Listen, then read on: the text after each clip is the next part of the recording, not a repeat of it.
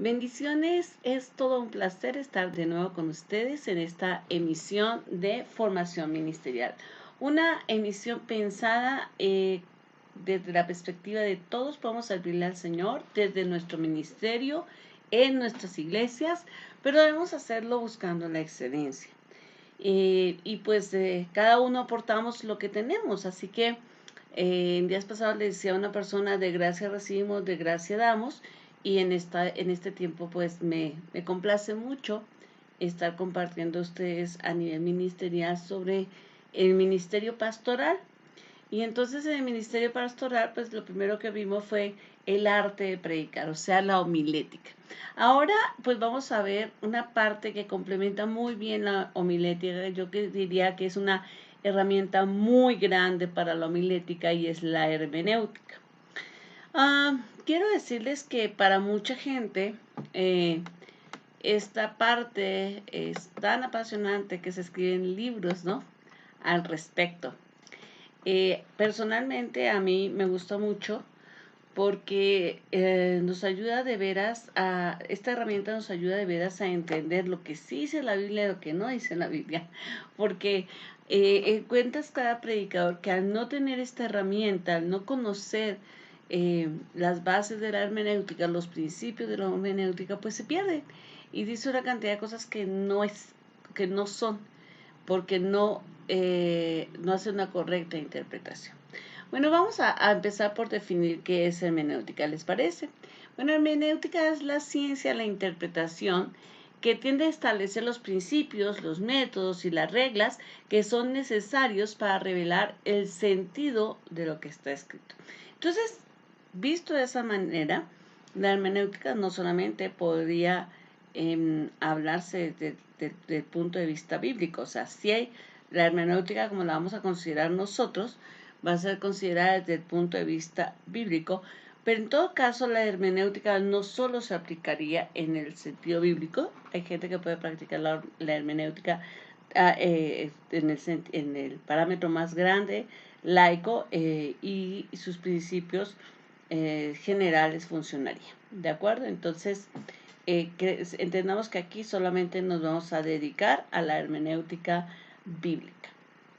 La etimología de hermenéutica nos ayuda a entender un poco qué es, ¿no? Porque no es un sustantivo, es un verbo, ¿ok?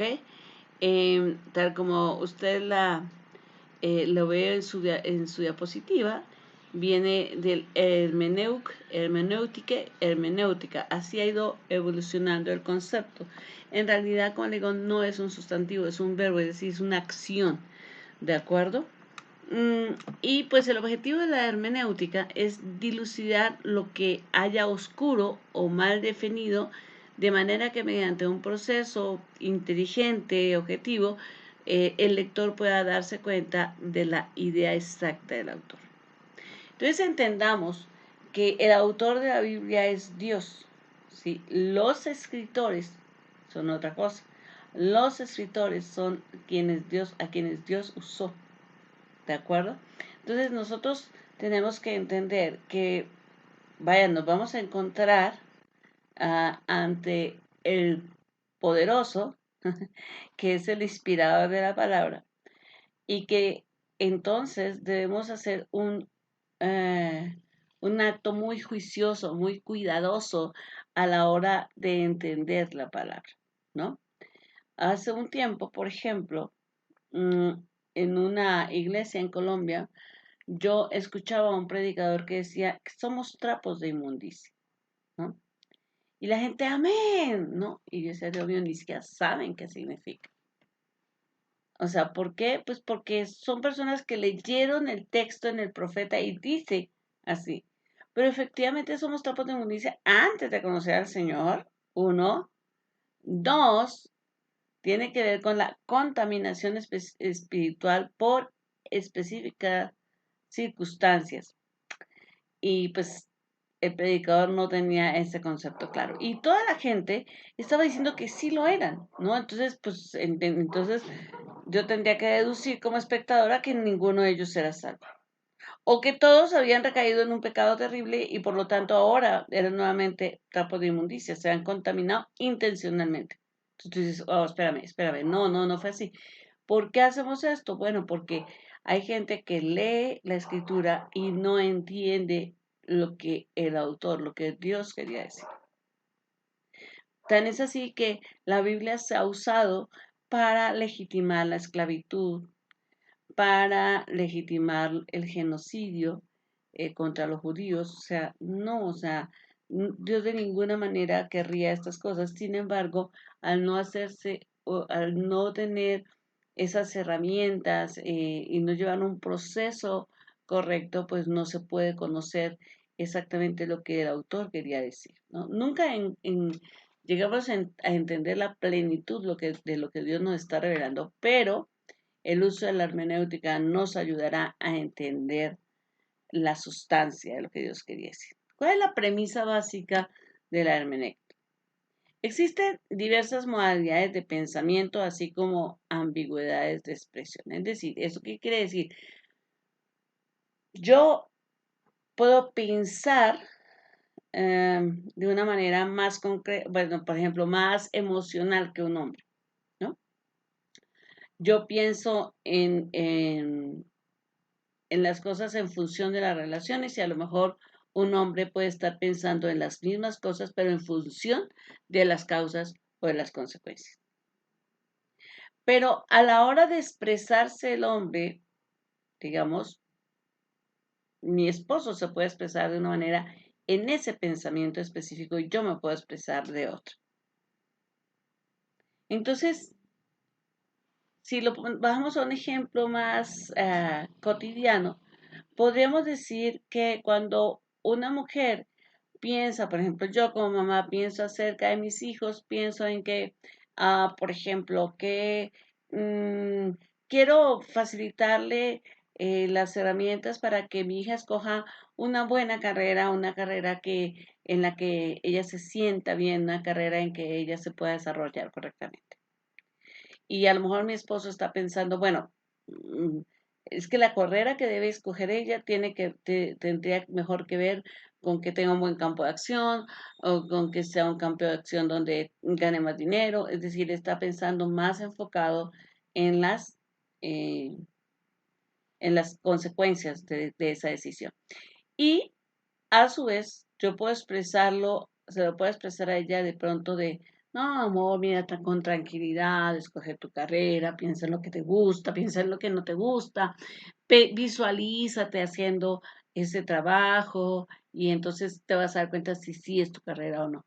Y a lo mejor mi esposo le puede decir, a ver, tienes que darte cuenta que nosotros no somos eternos, que tú tienes que trabajar para sostenerte. Entonces, busca una carrera que te permita pagar todos tus gastos. ¿Sí se dan cuenta? Diversidad, una modalidad de pensamiento diferente, pero también ambigüedades en la expresión. Cada uno de nosotros podemos expresar las cosas de manera diferente. ¿Por qué tendríamos que practicar la hermenéutica bíblica?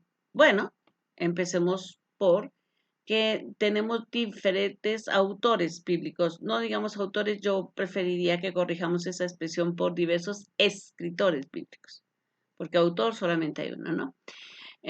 Diversos escritores bíblicos, entonces cada cual escribió con sus características, con sus experiencias, desde su perspectiva. Todos los cuatro evangelistas escriben alrededor de la vida de Cristo. Pero Lucas no vivió con el Señor, no fue un apóstol, él no pasó tiempo. Él fue enviado por Teófilo para que viera que era aquella doctrina que se predicaba de Jesús. Y entonces él lo primero que hace es como recapitular en toda la vida y las enseñanzas de Jesús se detalla entonces, Lucas era médico, detalla mucho todos los milagros de sanidad. Y luego Lucas empieza un viaje misionero con Pablo y se vuelve como el cronista del libro de Hechos. ¿Ve? Entonces, Juan, por otra parte, a pesar de que fue el discípulo amado, desde su experiencia, él no habló de Jesús tanto de sus sanidades, una que otra las menciona y sigue, pero él habla más desde el amor, desde el plan de Dios, el amor de Dios manifestado en el plan de salvación, de consolador, de lo que va a ser el Espíritu Santo, etcétera. O sea, desde el enfoque de la esperanza de la vida eterna, mucho más allá de los milagros, mucho más allá del sermón del monte. Y los cuatro estaban hablando exactamente del mismo Jesús en el mismo periodo histórico. Ahora, también la Biblia se desarrolla en épocas diferentes, ¿no? Desde la creación del mundo hasta el, digámoslo así, hasta el último apóstol vivo que siguió a Jesús, que fue Juan, y que recibe la revelación en Apocalipsis, allá en la iglesia de Pablo. Entonces son épocas diferentes. Es diferente la época de los jueces, por ejemplo, a la época de los reyes. Es muy diferente hablar de la manifestación de la profecía en el Antiguo Testamento, hablar de los enunciados proféticos de Pablo, ¿no? En el Nuevo Testamento, ¿no? Hablándole a Timoteo de, ¿sabes qué? Los hombres de los últimos días serán así, pam, pam, pam. O de la revelación profética del mismo Juan en Patmos. Entonces nosotros tenemos que entender que para poderle dar unicidad a la interpretación, tenemos que entender que no solamente lo escribieron diferentes personas, sino en épocas diferentes. También en idiomas diferentes. Algunos libros se escriben en hebreo, otros en arameo, otros en griego, entonces depende. Y por otro lado, pues hay grados de culturales diferentes dentro de los diferentes escritores, desde un médico hasta un pescador, nada más en los cuatro evangelios, ¿no? Desde un hombre como Moisés, que escribió el Pentateuco, es decir, los primeros 5 libros de la Biblia, que fue formado en la corte de Faraón con muy buena estructura, hasta pensar en que libros escritos por personas que eran simples y llanos cuidadores de ovejas, como un rey David, ¿no? El rey David era rey, pero su formación fue de pastor y luego de militar. Entonces imagínense la diversidad de formas o expresiones culturales, ¿no? Y pues por otro lado, el pecado que ha entenebrecido el entendimiento. Entonces, para poder interpretar, yo no puedo simplemente quedarme desde mi perspectiva. Y aquí dice esto porque yo lo entendí así. Porque si yo, o sea, si yo lo hago en una lectura privada y yo entendí esto y me quedo con eso, pues corro un riesgo en todo caso, y puedo empezar a creer, a tener creencias falsas, pero no afecto a otros. Pero si yo predico y yo predico lo que yo entendí sin darme cuenta realmente que estaba pasando, entonces sí se complica. ¿Cuáles son los principales enemigos de la hermenéutica? Bueno, estamos en dos puntos extremos. Por un lado, el literalismo. ¿Qué es el literalismo? Es, aquí dice esto y esto es así. Así como dice aquí y punto. Y la interpretación libre. Entonces le voy a dar por un ejemplo del literalismo. Hace, no sé, como unos 18 años, en la iglesia había un hombre con un corazón precioso para Dios. Un hombre realmente que se le notaba su amor hacia el Señor, su fidelidad. Y este hombre, su esposa lo abandonó, lo dejó a partir de que él se hizo cristiano. Tenía 2 hijos, los hijos realmente se quedaron con él los guiaba, eventualmente veían a la mamá, pero el hombre vivía con un sentimiento de culpa muy grande, porque él decía que pues a él le faltaba fe. ¿Cómo, hermano? ¿Por qué te falta fe? O sea, ¿por qué afirmas eso? Le preguntaba a mi esposo. Pues mire, es que si yo tuviera fe como un grano de mostaza, yo le diría a ese monte que se mueve y se va a mover. Eso dice la palabra. Y entonces Si yo tuviera fe suficiente, yo diría que mi esposa va a ser salva y sería salva. Entonces mi esposo pues le explicaba, mira, media la voluntad, esto es un hebraísmo, escucha, aún dentro de la literatura normal, digámoslo así, no bíblica, pues existen las metáforas, o sea, tienes que darte cuenta que debes aprender a interpretar. Esto es un hebraísmo, él no entendía, y él literalmente lo tomaba. Como este pastor que les digo, que él decía, pues que éramos trapos de inmundicia, ¿no? Si usted no sabe que son trapos de inmundicia, pues yo le voy a hacer una alusión. En aquel tiempo no existían las compañías de toallas femeninas y las mujeres usaban unos trapitos y a esos trapitos es que se hace la llamado el trapo de inmundicia. Imagínense cuando la gente dice, amén, sí, sí somos eso. No, no somos eso. Hoy yo soy lavado por la sangre de Cristo. Me cubro, no soy un trapo de inmundicia. ¿De acuerdo? Y la otra, la interpretación libre. Es decir, una interpretación sin reglas. Entonces, tú encuentras hoy predicadores tan, la palabra que más se me ocurre sería decirles profanos, tan profanos, pues sí, no, pues porque Jesús era un borracho, porque imagínense esto, y empiezan a interpretar libremente un pasaje donde el Señor convirtió el agua en vino. Y a partir de ahí pensar que Jesús era un borracho y decir, bueno, no, pues imagínenselo aquí con sus amigos y pues sí, o sea, estamos contentos, pues a ver, volvamos esta agua a vino. O sea, no, o sea, eso es una interpretación libre y la interpretación libre puede llevar muchísima carne y llevar a la gente. Entonces, los enemigos de la hermenéutica, de la interpretación de las reglas adecuadas para interpretar el texto bíblico se encuentran entre el literalismo y la interpretación libre. Bueno, vamos a ver los tipos de hermenéutica. Como les decía, hay una hermenéutica general que hace referencia a todas las clases de escritos.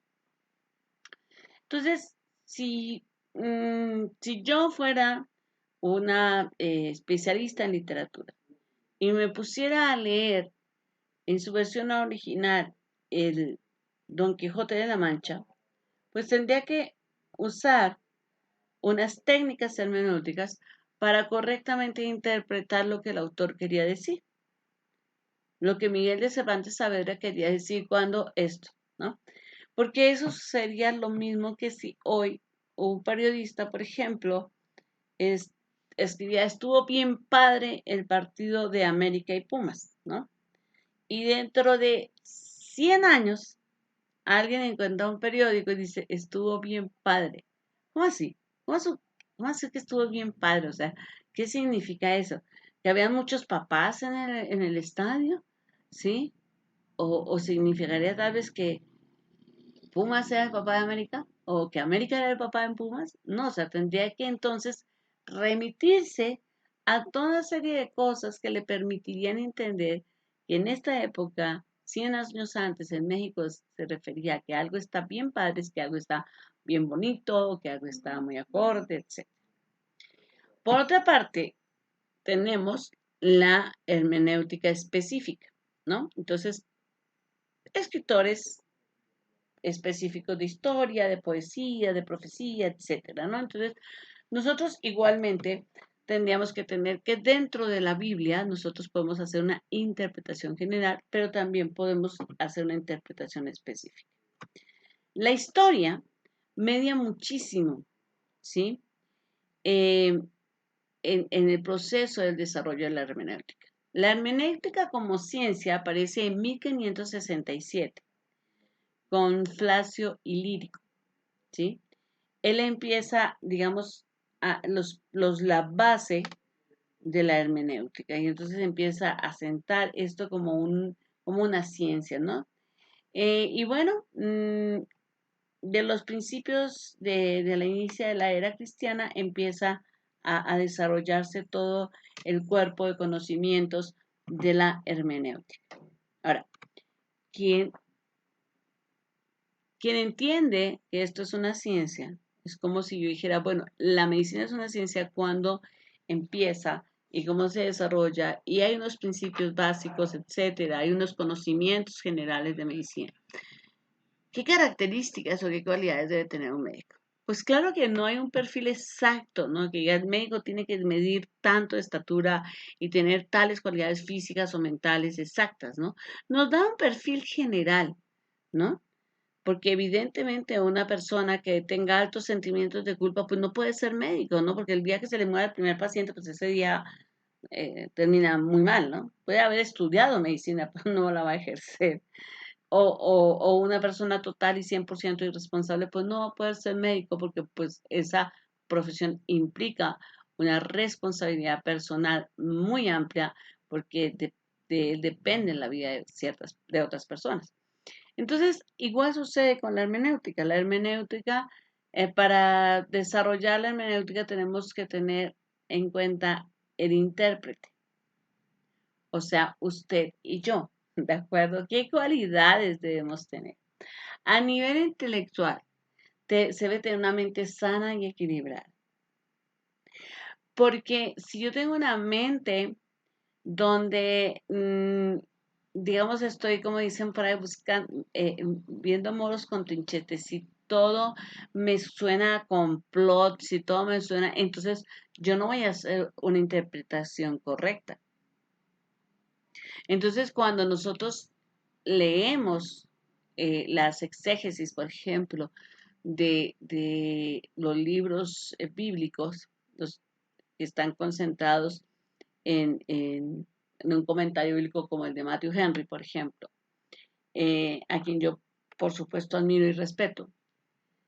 A pesar de lo antiguo que es este comentario, es un comentario muy, muy, muy concienzudo y uno claro que se da cuenta de la mente sana y equilibrada que tiene Matthew Henry porque no usa los excesos ni hace, o sea, se remite a los hechos, se remite a la investigación bíblica para poder hacer dos renglones, ¿no? Para poder decir en Romanos tal, tal, entonces el autor y Pablo y por esto, y te hace toda la secuencia del conocimiento. Por otra parte, también se debe tener rapidez de percepción, porque requiere el intérprete que con facilidad encuentre el fondo y lo diferencie de la forma. Hay gente que no tiene esa facilidad, que para poder encontrar un detalle, pues se puede pasar la vida, ¿no? Y usted lo ve, a veces estamos en una clase de escuela bíblica y dices, ¿qué quiso decir Pablo con esto? Y todo así como que le pregunten a alguien, que le pregunten a alguien y no a mí, porque volvamos a leer el versículo y lo vuelves a leer y todo el mundo, ¿qué digo?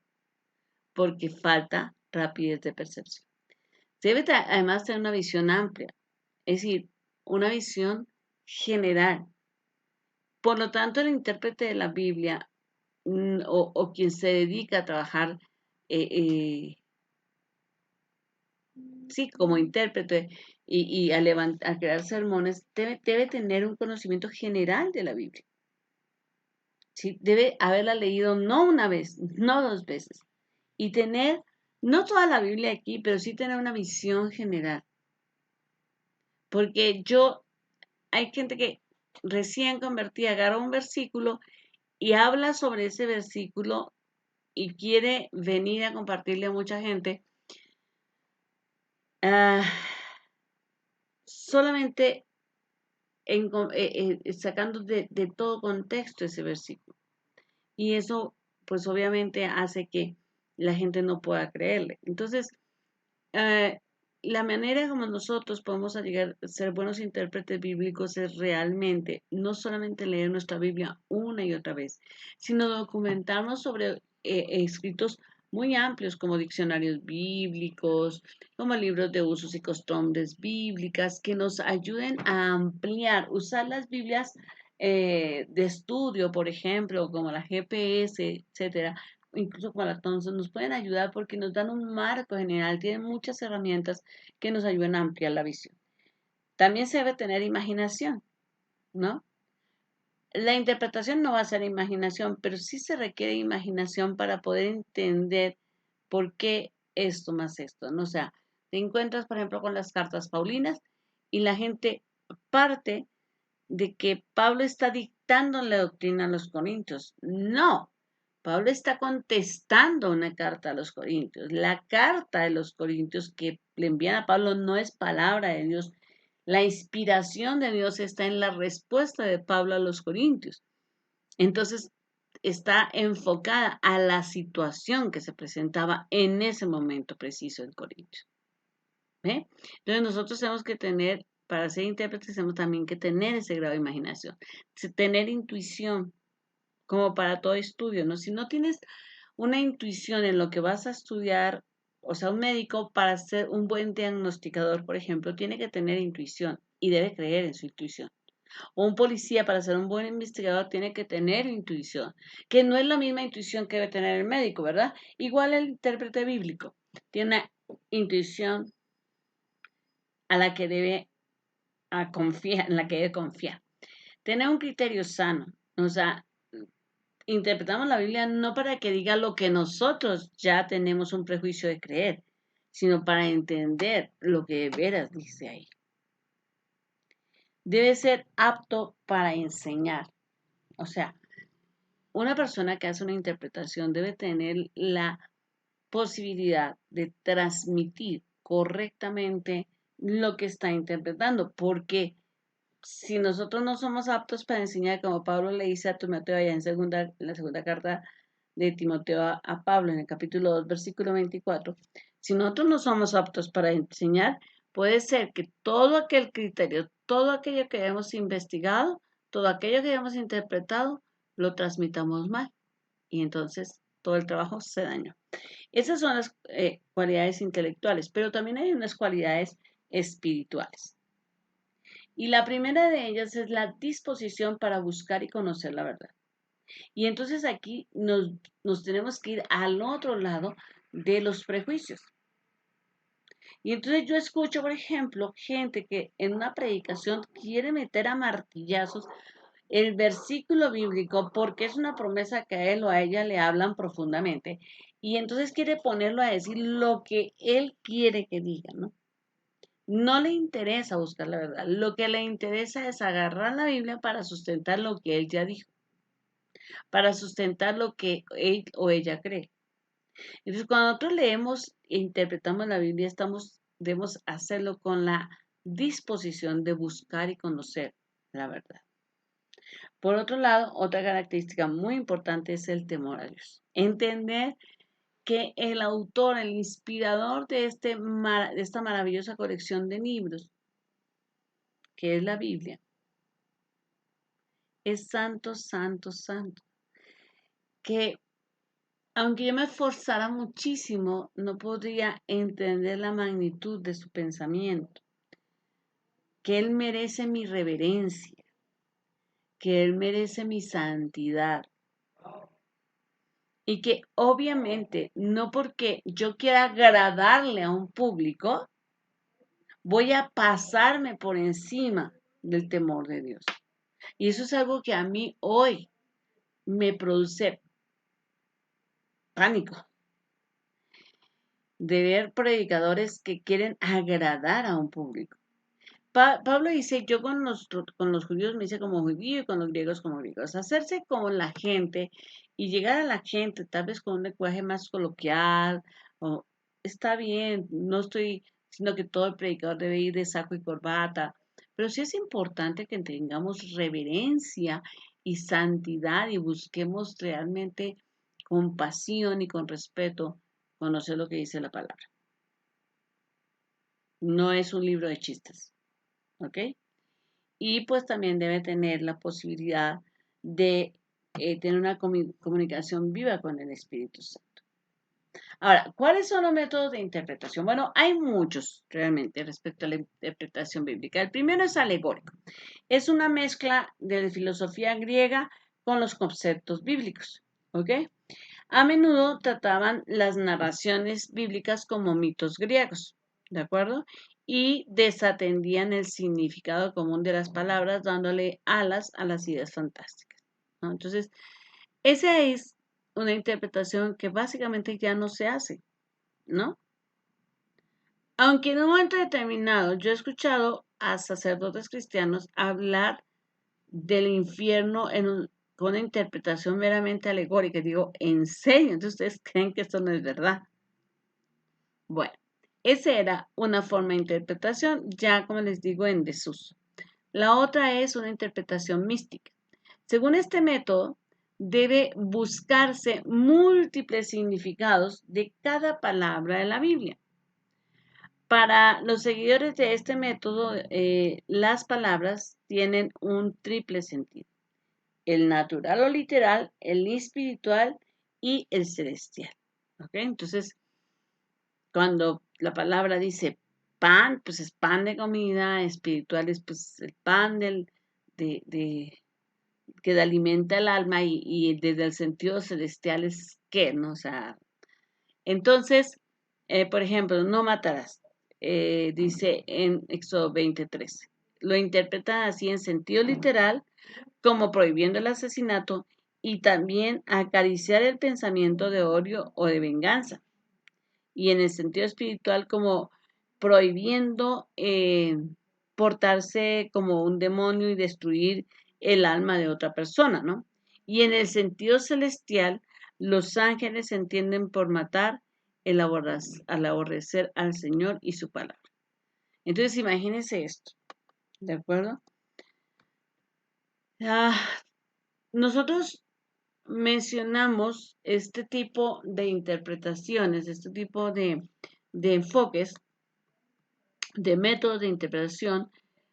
Algunos, como les digo, están en desuso, pero es importante conocerlos, porque a veces de repente estás leyendo un libro y alguno de los escritores de este libro usa este tipo de interpretaciones, y uno dice, pero ¿de dónde salió esto, no? Otro método es el prietista.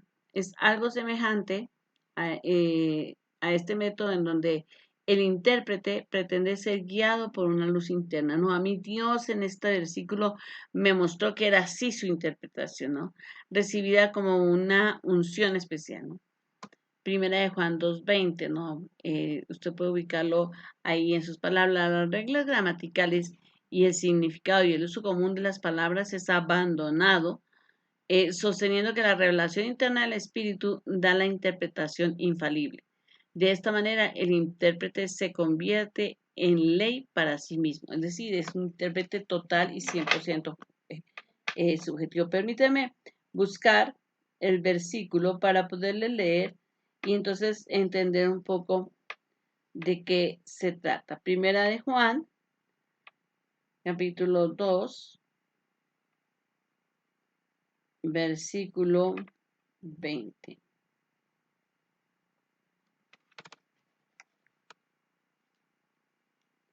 La palabra del Señor dice así: pero ustedes no son así, porque el Santo les ha dado su espíritu y todos ustedes conocen la verdad. Entonces, los pietistas dicen, no, pues sí, o sea, Dios me dio de su espíritu y yo ya sé lo que dice ahí y nadie más me puede ni enseñar. Es decir, esa palabra, yo ya tengo la interpretación personal y es única. La otra es la teoría del acomodamiento de Semler. Él es el padre del racionalismo, ¿no? Del racionalismo alemán, perdón. Según este método, la enseñanza bíblica sobre los milagros deben considerarse como ideas supersticiosas, ¿ok? Resultantes de la ignorancia de la época. De esta manera se hacía a un lado todo lo sobrenatural, o sea, nada de lo sobrenatural se daba y era pues simplemente consecuencia de esas ideas supersticiosas. Y la objeción para este método es que no solo impugnan la veracidad de los escritores o autores de la Biblia, sino del mismo Hijo de Dios. Admitir este método, ¿sí?, equivaldría a dejarnos llevar por las conjeturas y la incertidumbre. Es decir, si yo acepto la teoría del acomodamiento, estoy diciendo, pues todo lo que está en la Biblia es ambiguo.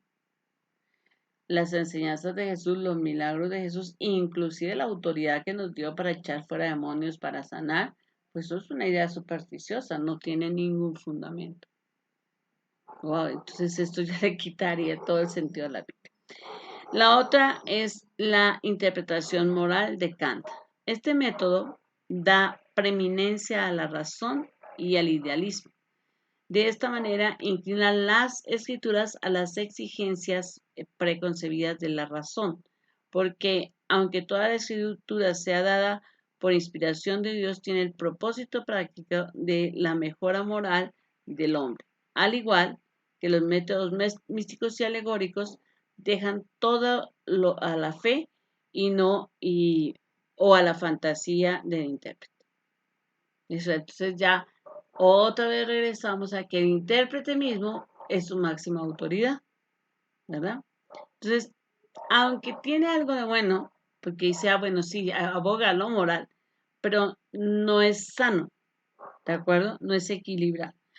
La otra método de interpretación es el naturalista. Este método es más violento y radical, ¿ok? Sostiene que el crítico bíblico debe hacer distinción entre lo que son hechos y lo que son meras opiniones. Acepta la verdad histórica de las narraciones, por ejemplo, de los evangelios, pero sostiene que la manera de explicarlas es asunto de opinión. Rechaza toda manifestación sobrenatural en los asuntos humanos. Ejemplo, el caminar de Jesús sobre las aguas era simplemente una caminata por la playa, muy cerca de la orilla, de tal manera que cuando Pedro saltó al agua, Jesús pudo alcanzarlo. Así que la impresión de los discípulos fue que Jesús había caminado sobre el agua, no que fuera real, ¿verdad? Y la alimentación de los 5,000, que Lázaro no murió y simplemente había sufrido un desmayo y Jesús vino y lo sacó de la tumba. Entonces ellos le quitan todo lo sobrenatural y tratan de explicarlo de otra manera. Eso es, ese tipo de interpretación, pues obviamente nosotros sabemos que no está siendo dirigida por el Espíritu Santo, que no es una mente sana, ¿de acuerdo? El otro método es el mítico de David Federico Strauss. La idea de Dios y del absoluto no brota milagrosamente ni se revela en el individuo, sino que se desarrolla en la conciencia de la humanidad. Es decir, como toda la gente cree que hay Dios, yo termino creyendo que hay Dios. La idea mesiánica se desarrolló gradualmente en las expectativas y anhelos de la nación judía. Cristo no instituyó la iglesia según ellos, sino que el Cristo de los evangelios fue una creación mística o mítica de la iglesia. O sea, Cristo no existió, los discípulos se lo inventaron para poder fundamentar que la iglesia es la esposa de Cristo. ¿Ve? Entonces, este tipo de interpretaciones o de métodos de interpretación nos muestran que no hay un deseo de buscar la verdad, sino un deseo de acomodar la Biblia o lo que dice la Biblia para creer en ciertas cosas. Otro método es el apologético y se propone entonces defender a toda costa la autenticidad, la genuinidad y credibilidad del canon bíblico. ¿Ok? Trata constantemente de descubrir deseados significados en las palabras y de desconocer el objeto y el propósito general del escritor. O sea, a ver, como de lugar vamos a comprobar que esto sí es verdad, ¿no? Que esta palabra no niega el resto de la escritura. Que esto que dice Pablo en Romanos no está dañando, no va en contra de lo que se dice en Génesis. ¿De acuerdo? Es bueno, sí, pero bueno, esto no nos da un sentido real para interpretar, porque no puede ser una buena interpretación la que está en una cacería de brujas, ¿no? Y el último, que es el método que es recomendable para que nosotros tengamos en cuenta al interpretar la Biblia, es el histórico gramatical. Este método se distingue de todos los demás y es el que más se recomienda a los estudiantes. Su principio fundamental es conseguir de las mismas escrituras el significado preciso de los escritores que quisieron darle a esa palabra o a esa situación.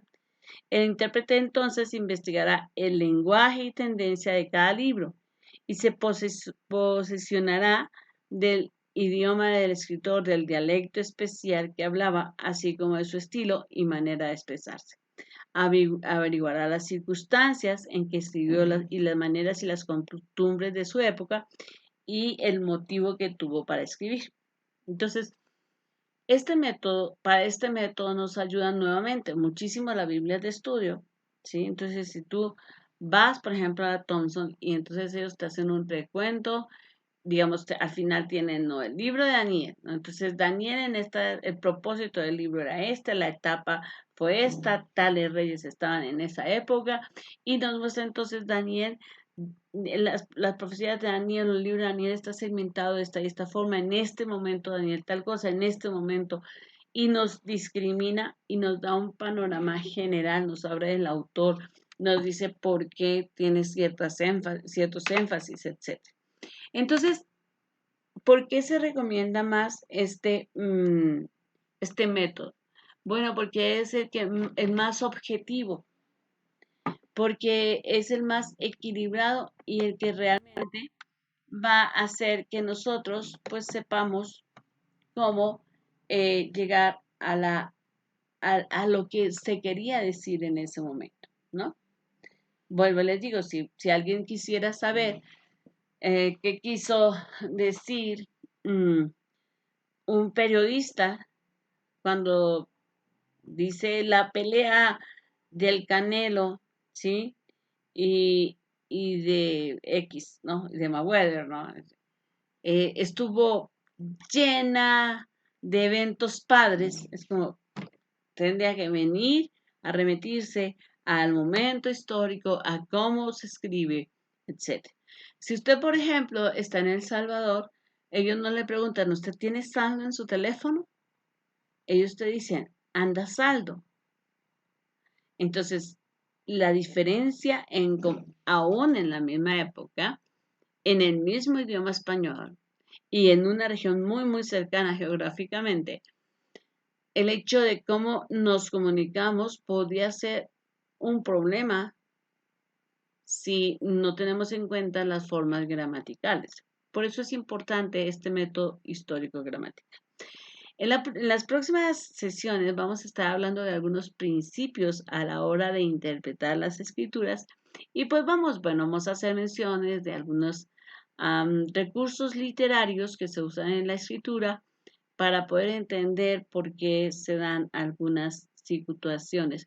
Porque hay muchos detractores de la Biblia que dicen que la Biblia se contradice por eso y nos vamos a dar cuenta que no se contradice, que simplemente es un recurso literario que un escritor usó y el otro no, o usó otro recurso. Entonces, pues les animo, porque si queremos a lo mejor no somos predicadores, pero sí simplemente estudiantes de la palabra y queremos de veras meternos en la palabra, pues sería bueno que lo viéramos desde esa perspectiva. Ha sido toda una bendición estar con ustedes. Dios les bendiga. Les amo muchísimo. Les espero el próximo martes a las 12:30. Esta emisión es para ustedes. Por favor, déjenme sus comentarios. Enriquezcanos a todos, porque la verdad es que todos tenemos algo que podemos decir y que puede hacer efecto en la vida de alguien. Y pues cualquier cosa que necesiten, acá estamos. Dios les bendiga.